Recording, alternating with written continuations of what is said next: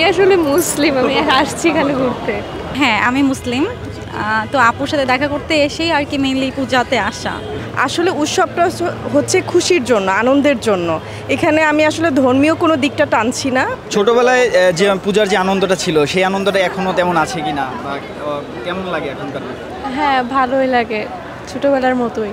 ছোটবেলার মতো। আমি আসলে মুসলিম, আমি আসছি এখানে ঘুরতে। হ্যাঁ, আমার মনে হয় যে ধর্ম যার যার, উৎসব সবার, সেই চিন্তা থেকে আমি আজকে আসছি পূজা দেখার জন্য। আগেও কি পূজা দেখতেন? কত বছর ধরে? না না, আজকে ফার্স্ট, লাইফের ফার্স্ট। হ্যাঁ, ঠুকে খুব ভালো লাগতেছে যে সবাই মানে ঈদের মতোই সবাই একসাথে মিলে আনন্দ করতেছে, সব কিছু মিলে এক্সপিরিয়েন্স ভালো। মানে আশেপাশের পরিবেশটা খুব সুন্দর, মানে আলোকিত লাগতেছে সব কিছু। আসলে পূজা মণ্ডপটা দেখতে মানে খুবই সুন্দর লাগছে।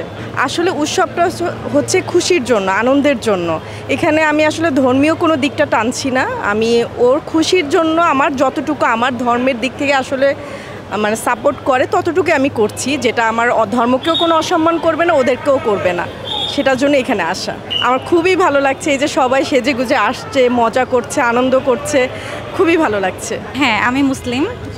তো আপুর সাথে দেখা করতে এসেই আর কি মেইনলি পূজাতে আসা।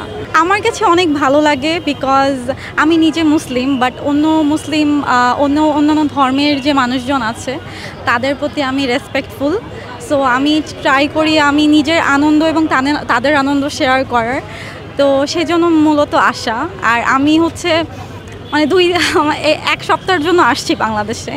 তো মেইনলি হ্যাঁ, আমি মানে দেশের বাইরে থাকি, তো হঠাৎ করেই আসা আর ভালো লাগে। বাংলাদেশের এই কালচারাল অবস্থাটা এখন কেমন লাগছে?